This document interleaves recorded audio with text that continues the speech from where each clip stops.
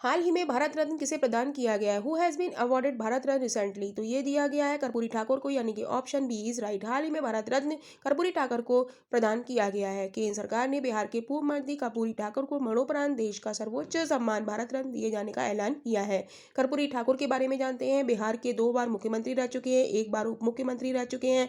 इनका निधन 1988 में हुआ। भारत रत्न प्राप्त करने वाले ये 49वें व्यक्ति है। इन्हें यह सम्मान भारतीय राजनीति में सामाजिक न्याय क्षेत्र में दिए उनके योगदान के लिए दिया गया है। इनका जन्म समस्तीपुर बिहार में हुआ है। मुख्यमंत्री ये पहली बार 1970 में और दूसरी बार 1977 में बने हैं। भारत रत्न के बारे में जानते हैं। भारत का सर्वोच्च नागरिक सम्मान है। इसकी शुरुआत 1954 में हुई थी।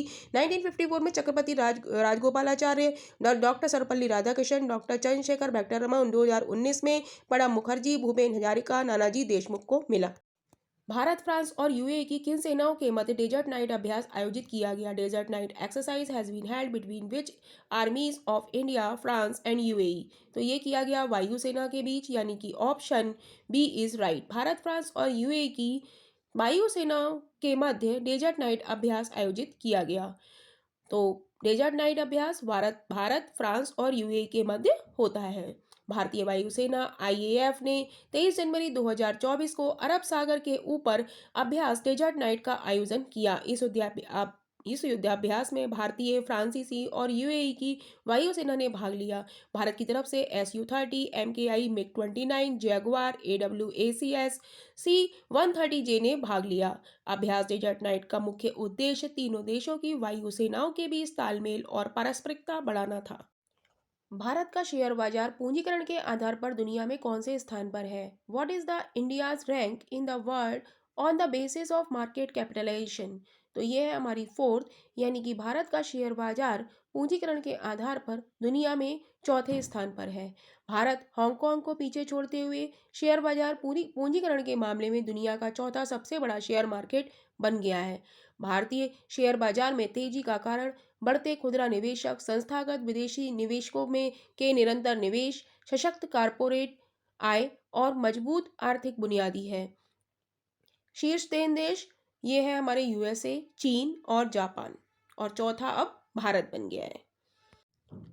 वर्ष 2023 के लिए ICC men's T20 cricketer of the year का पुरस्कार किसे दिया गया है? Who has been awarded the ICC men's cricket of the year award for the year 2023? तो ये दिया गया है सूर्य कुमार यादव को, यानी कि वर्ष 2023 के लिए ICC men's T20 cricketer of the year का पुरस्कार सूर्य कुमार यादव को दिया गया है। 24 जनवरी 2024 को आईसीसी द्वारा 2023 के लिए ICC men's and women's T20 cricketer of the year की घोषणा की।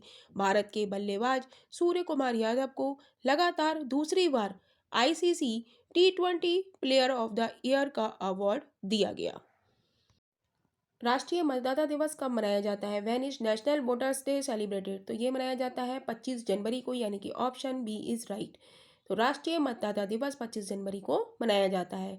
वर्ष 2011 से हर साल 25 जनवरी को भारत में राष्ट्रीय मतदाता दिवस मनाया जाता है। 25 जनवरी 1950 को भारत के चुनाव आयोग की स्थापना की गई थी। इसी कारण 25 जनवरी को राष्ट्रीय मतदाता दिवस मनाया जाता है। अब जानते हैं नेशनल वोटर्स डे 2024 के बारे में। तो इसकी थीम है nothing like voting, I vote for sure, और यही इसकी थीम है। 2023 में भी यही रही और 2024 में भी यही रही। तो राष्ट्रीय मतदाता दिवस हमारा 25 जनवरी को मनाया जाता है।